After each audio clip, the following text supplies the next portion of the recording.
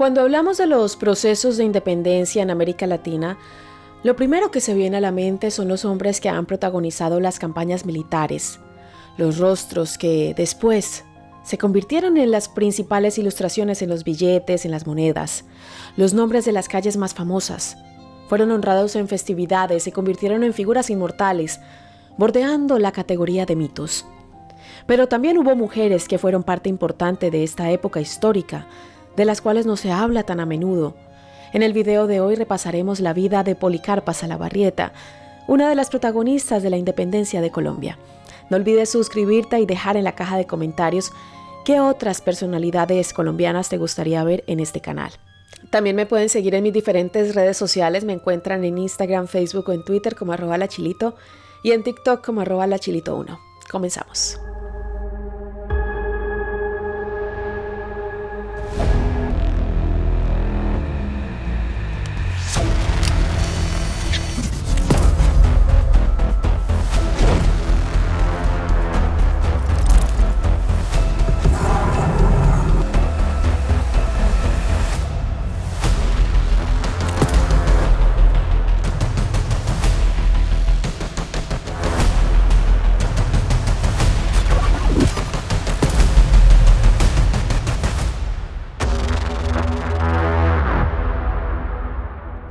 Su infancia.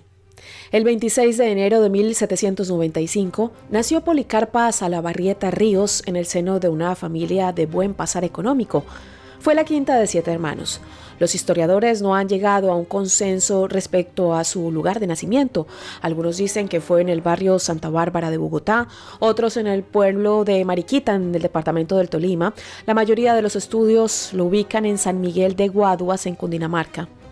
Todos eran parte del virreinato de la Nueva Granada, que más tarde se convertiría en Colombia. Tampoco existe un consenso en el nombre de nuestra protagonista. No hay una partida de nacimiento o algún documento en donde se detalle información alguna. Su padre la llamaba Polonia, Gregoria Apolinaria, Pola y Policarpa, nombre con el cual quedaría inmortalizada. Los Salabarrieta Ríos se dedicaban principalmente a la agricultura y el comercio.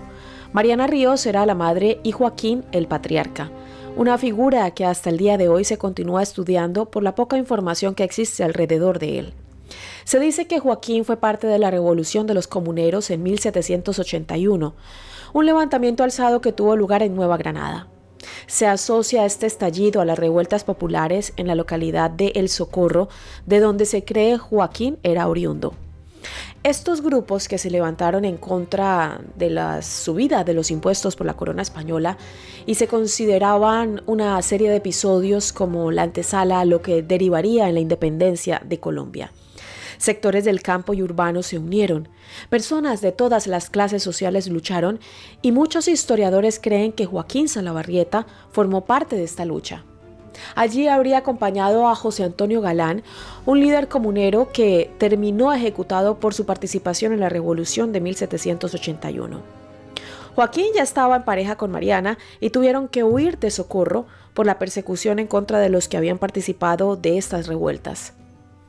En 1798, los Salabarrieta se habían instalado en Santa Fe de Bogotá, en donde vivirían unos pocos años de tranquilidad. La epidemia de viruela negra golpeó fuerte a la familia. En 1802 había muerto Joaquín junto con 2 de sus hijos, Eduardo y María Ignacia. La casa en donde se alojaban ya no era segura, estaba infectada, y eso obligó a los sobrevivientes a buscar una nueva residencia. Algunos de los hermanos de Policarpa fueron a buscar su futuro en otras localidades. Poco después moriría su madre, y los hermanos restantes tuvieron que abocarse a la tarea de sobrevivir. Se habían quedado solos, casi de la noche a la mañana. Catarina, hermana mayor de la Pola, y Viviano, tuvo que hacerse cargo de los menores de la familia. En 1804, tras volver a Guaduas, Catarina se casó y se llevó a sus hermanitos. A los 9 años, Policarpa inició sus estudios, aprendió a leer y escribir, se instruyó en historia española y encontró satisfacción en la música. Dicen que sabía tocar la guitarra y que cantaba acompañando las notas que le sacaba a su instrumento. Pero en el nuevo hogar también encontró otra manera de formarse. Catarina y su marido tenían por costumbre acoger a viajantes europeos. Estas personas, aparte de aportar algo de dinero, traían valiosas cuotas de información proveniente del virreinato. Entre 1808 y 1809, Policarpa comenzó a dedicarse a la confección de indumentaria. Este oficio le permitió conseguir sus primeros sueldos. Aparte de su profesión, algunos especialistas afirman que también dio clases en la escuela pública. Este dato no tiene mucho sustento histórico.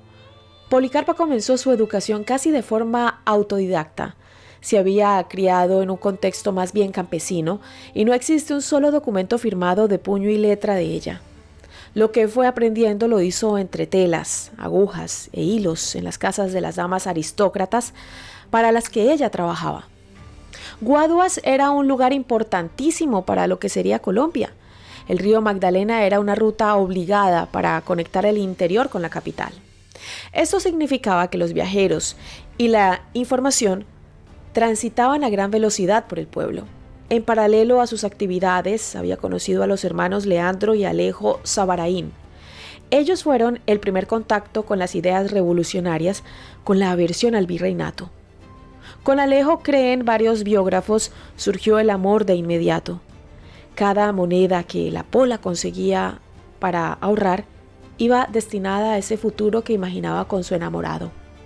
La historia no permitiría que esa relación llegara a buen puerto. La independencia de Colombia. Mientras continuaba con sus trabajos como costurera y ocasionalmente niñera en las casas de la aristocracia, en donde las noticias sobre la avanzada española volaban, la Pola continuaba cultivando en silencio sus ideales de revolución. Ella no era la única. Los países del virreinato llevaban años de malestar por el yugo europeo sobre sus cuellos. No era solamente una cuestión económica, que fue importante, sino también había una puja por separarse de la corona con base en la identidad cultural. La necesidad de libertad siempre sale a flote. En 1808, Napoleón Bonaparte debilitó a España y se abrió una ventana en las colonias americanas para la emancipación. La revolución flotaba en el aire y las noticias sobre la formación de ejércitos a lo largo y ancho del continente se multiplicaban.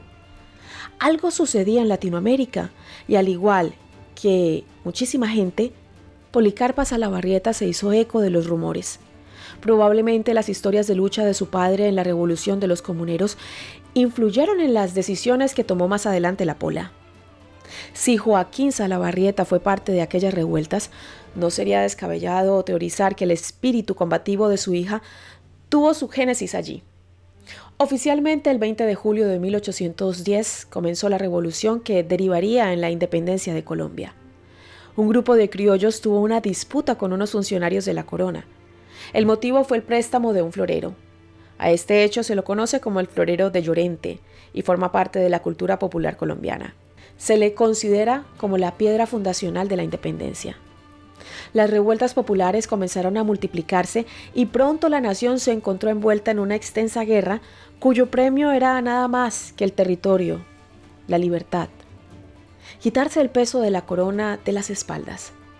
Por supuesto que la fecha es arbitraria, un consenso de los historiadores, ya que Colombia en aquel entonces era un territorio políticamente más complejo. Muchos pobladores tenían sus propios gobiernos y sus habitantes eran diferentes entre sí. El accionar militar fue importante en este largo y sangriento proceso, pero el elemento civil también lo fue. El 22 de julio la noticia sobre el comienzo de la lucha por la independencia llegó a Guaduas y las milicias comenzaron a organizarse. El marido de Catarina y su hermano Viviano se alistaron en el ejército que se estaba formando. La junta de gobierno que se había conformado en Mariquita llamó la atención de Alejo Sabaraín y no tardó en incorporarse al batallón. A inicios de 1811 participó en las batallas entre Honda y Ambalema. Policarpa se encontró una vez más con un cambio de vida sin precedentes.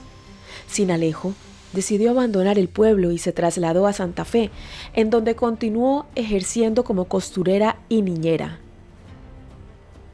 En 1812 fue María Matea Martínez de Saldúa quien le ofreció trabajo. Mientras tanto, la Pola continuó en contacto con sus hermanos, Manuel y José María, quienes se habían mudado tras la muerte de sus padres a una comunidad agustina. Ellos se habían acercado ideológicamente a los ideales republicanos centralistas. Seguían el liderazgo de Antonio Nariño, un político y militar que sería parte fundamental del proceso independentista. Las cartas que le enviaban los hermanos Salabarrieta a su pequeña hermana consiguieron que la mujer terminara inclinando su posición hacia la causa centralista. Las noticias en las casas de la alta sociedad continuaban fluyendo. Policarpa no solo se dedicó a coser y cuidar niños ajenos, sino que comenzó a recorrer los barrios, a transitar las calles con los oídos y los ojos atentos, empapándose de la realidad social que se respiraba. Sobre Alejo apenas tenía noticias.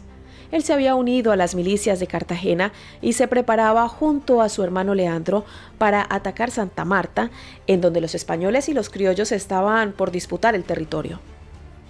Una nota publicada en el periódico La Gaceta Republicana en 1812 destacó el heroísmo y valor de los hermanos Abaraín. Se cree que Policarpa accedió a un ejemplar de este periódico y no es descabellado pensar que la información es exacta, ya que en las casas donde ella trabajaba, las noticias impresas eran algo común y corriente. Esto habría terminado de confirmar la decisión de Policarpa para unirse definitivamente a la lucha. Sus hermanos, pertenecientes a la iglesia, apoyaron esta determinación de su hermana.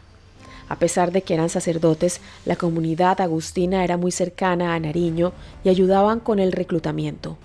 El fray Vicente Echeverri era uno de los líderes de estas legiones aunadas en el seno de la iglesia. Los españoles intentaban esparcir rumores sobre su victoria inminente.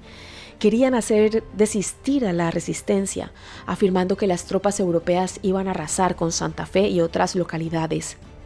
Fue un intento en vano. El pueblo, dicen, respondió componiendo canciones burlándose de sus enemigos. Las mujeres de Santa Fe se unieron a la lucha confeccionando y arreglando vestimentas de combate, limpiaban armas y preparaban comidas para los soldados. Las trincheras que se habían formado en los campos de batalla eran los sitios que estas mujeres recorrían entregando alimentos, llevando y recolectando mensajes, colaborando para mantener el ánimo de las tropas. Policarpa Salabarrieta fue parte de este numeroso grupo de mujeres. Las acompañó en sus labores mientras el asedio español continuó hasta el 9 de enero de 1813, cuando el ejército local consiguió repeler a los españoles. La Pola pasó algún tiempo comprando medicamentos para Alejo, quien para febrero de 1813 se había convertido en subteniente del ejército republicano. Había vuelto a Santa Fe enfermo por una insolación y esperaba en el cuartel recuperarse. Las tropas españolas a cargo de Pablo Morillo intentaban recuperar Cartagena y Sabaraín era uno de los encargados de enviar la información pertinente a Nariño.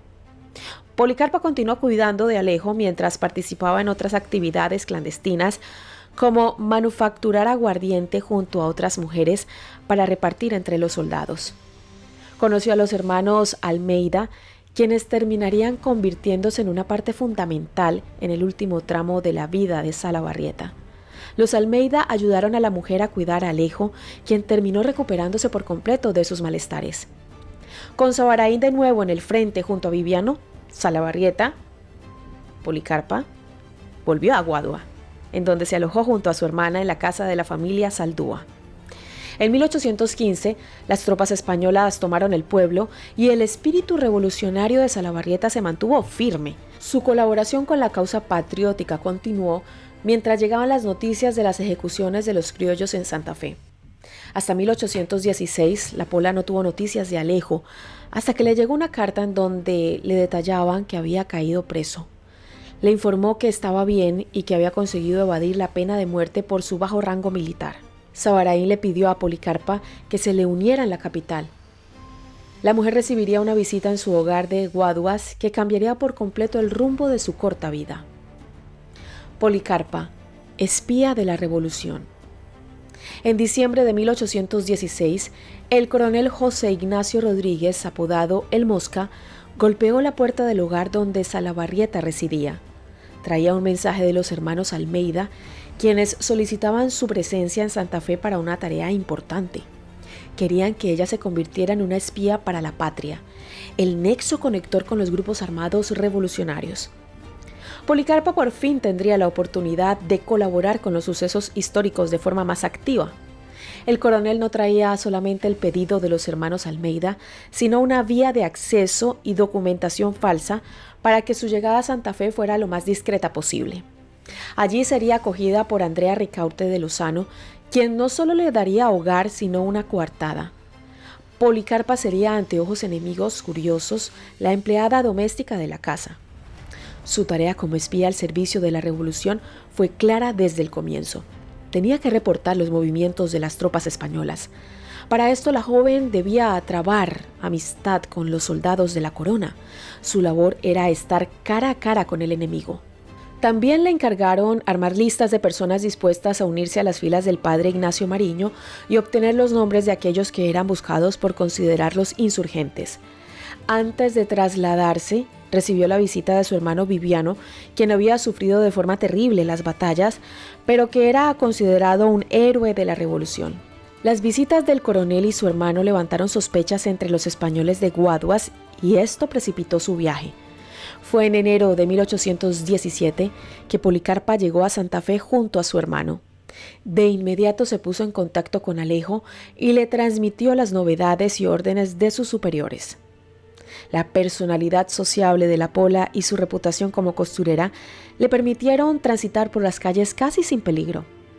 Las puertas de las casas donde las costureras españolas trabajaban se abrían ante su llamada y la información que le habían encomendado empezó a fluir. Parecía que Salabarrieta había nacido para ser espía.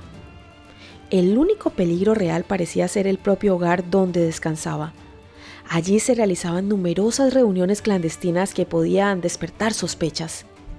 Policarpa contó una vez más con el apoyo de las mujeres criollas que cumplían las mismas labores de inteligencia. Se dice que transportaban la información en naranjas ahuecadas y que tenían como contraseña vencer o morir. Alejo había conseguido la libertad, pero el clima en Santa Fe no era el mejor. Los españoles ofrecían recompensas para quien delatara actividades ilícitas. Sabarain no tardó en volver a caer preso y Policarpa decidió esconderse en el barrio santafesino Egipto, en vez de volver a Guaduas. La mujer continuó espiando, llevando información a los revolucionarios y al propio Alejo. Solo que esta vez el peligro había aumentado exponencialmente.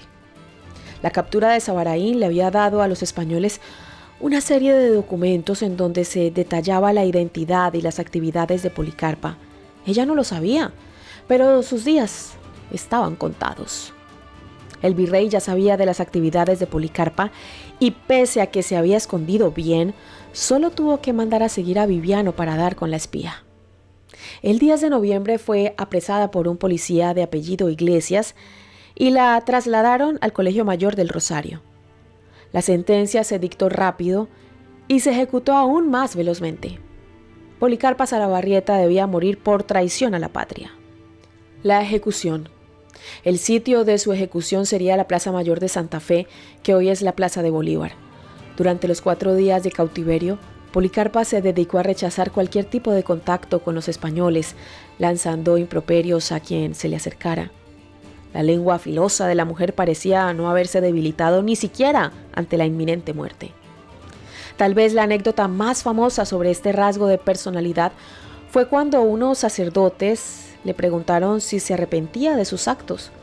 Supuestamente querían salvar su alma de los tormentos del infierno. Policarpa, dicen algunos testigos, los mandó literalmente al carajo. El 14 de noviembre fue el día elegido para el fusilamiento. A Policarpa Salabarrieta la obligaron a ponerse de espaldas, pero ella exigió que la ejecutaran de rodillas. En el patíbulo gritó la que tal vez es su frase más famosa: «Viles soldados, volved las armas a los enemigos de vuestra patria». ¡Pueblo indolente! ¡Cuán distinta sería hoy nuestra suerte si conociéramos el valor de la libertad! ¡Pero aún hay tiempo! ¡Mírenme! Aunque mujer y joven, me sobra valor para sufrir esta muerte y 1000 muertes más. Pueblo miserable, los compadezco. Algún día tendrán más dignidad. ¡De espaldas! ¡Preparen! ¡Muero por defender los derechos de mi patria! José Hilario López, quien después sería presidente de la República de Nueva Granada, fue centinela de Policarpa los últimos 3 días de su vida. Se cree que fue él quien en sus memorias transcribió las famosas palabras de la mujer.